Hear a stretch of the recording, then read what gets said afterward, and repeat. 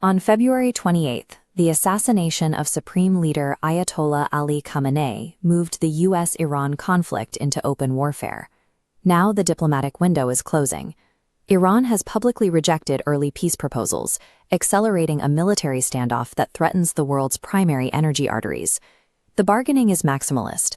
On the right, a 15-point U.S. framework demands the dismantling of Iran's nuclear capacity and the surrender of enriched uranium. On the left, Tehran counters with 5 conditions, including war reparations and sovereignty over the Strait of Hormuz. This turns a regional dispute into a global choke point, creating a direct threat to domestic fuel security for energy importing nations. Nations reliant on these sea lanes are now executing hard physical pivots. Open markets and just-in-time shipping are no longer reliable planning assumptions. The new priority is the creation of sovereign, hard asset buffers. In India, the friction is already visible in household logistics. LPG supply cycles have more than doubled, stretching from 20 days to 45 days, as regional tensions disrupt standard delivery windows. External Affairs Minister S. Jaishankar recently confirmed that while India holds 74 days of strategic petroleum reserves, the volatility in West Asia requires a more aggressive defensive posture to protect nearly 1 crore Indians living in the region. To build that buffer, the government is shifting from market procurement to massive state-led infrastructure. By the end of April, New Delhi will launch a global tender for a strategic crude reserve at Chandakol, a project estimated to cost $1 billion to build and $3 billion to fill. This physical expansion is paired with a domestic mandate. Households in piped natural gas areas must now transition away from LPG cylinders within 3 months, reducing the state's reliance on bottlenecked cylinder logistics. These moves signify a pivot away from global market fluidity. India is restructuring its energy security around physical, state-owned assets and forced domestic consumption shifts. The interventionist posture is also reshaping climate policy. The union government has updated its targets to 60% non-fossil installed capacity by 2035, aiming to decouple power generation from the volatile global oil and gas markets.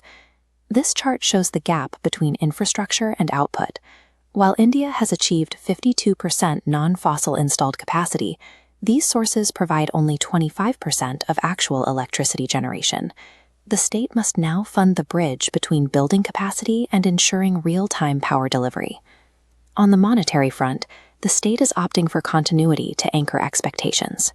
Despite the risk of oil-driven inflation in the coming fiscal year, the RBI's inflation target has been locked at 4% through 2031, signaling that the central bank will stay cautious regardless of external price shocks. The limits of market-led transport are evident in the regional aviation sector. Of the 663 routes launched under the UDAN scheme since 2017, nearly half have been discontinued as private viability failed. In response, the government is moving toward long-term exchequer funding to keep regional airports from falling back into disuse. From the power grid to regional flight paths, reliance on temporary market seeding is being replaced by permanent state subsidies to bridge structural gaps. Parallel to these state burdens, the corporate sector is concentrating capital into high-scale digital infrastructure. Gautam Adani is currently in talks with Meta and Google for a $100 billion push into data centers, leveraging land and renewable power as the new core commodities. Financial markets are also repricing leisure as an institutional asset.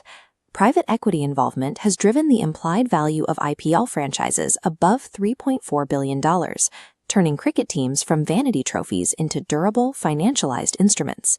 This pyramid shows the distributional reality behind the growth numbers. The top 10. While shipping lanes remain under threat and inflation risks rise, equity markets rallied over 1.6% on hopes of a ceasefire. The Sensex closed at 75,273 and the Nifty at 23,306, even as the rupee weakened to 93.96 against the dollar. Meanwhile, the defensive move into bullion continues, with gold prices spiking over 3% to reach 149,700 rupees. Equity traders are pricing in daily optimism, but the billion-dollar expansion of the Chandakol crude reserve operates on a different logic. National stability in this decade depends on concrete, state-led hedging, not ticker-tape sentiment.